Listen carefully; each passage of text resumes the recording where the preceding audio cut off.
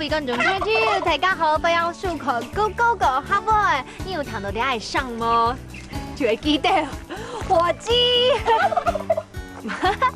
在这个地方呢，不只有火鸡哦，还有鸡呀、有鸭、有兔子、有马。到底是谁经营这么特别的民宿，在这个台三线上面呢？一起来去找范教授喽。老师，刚刚我走进来，他们两个就在欢迎我，你的火鸡。对，他们很喜欢人。老师，你在国外教书10几年，怎么会回来这个台三线的山里面开这一间这么特别的民宿呢？这是我的老家，回来退休。老师，我们可不可以首先教观众朋友讲退休的客家话该怎么说呢？退休。退休。老师，那你退休过后回来经营民宿，但是你怎么会想要养这么多动物？而且听说你是让他们和平相处，都没有让它绑链子啊，什么都没有，对不对？对，我喜欢动物，喜欢他们要自由生活。对，动物也喜欢我，我感觉得到。和平共存。而且还发现了一个特色哦，你看看，在后面这是一个树屋，是不是？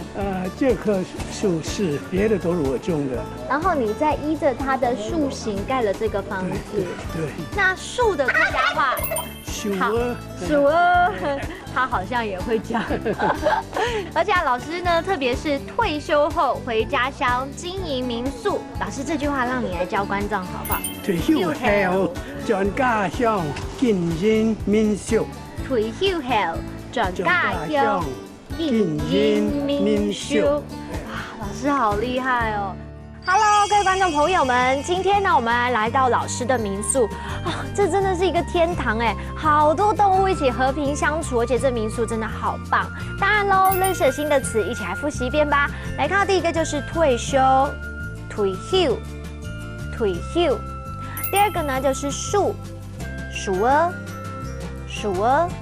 第三个来学到一整句话哦，来看到这句话就是退休后回家乡经营民宿。 退休後轉家鄉經營民宿，退休後轉家鄉經營民宿。我要下一次也去老師家的民宿來感受一下大自然融合的生活。好了，我們下次見，拜拜。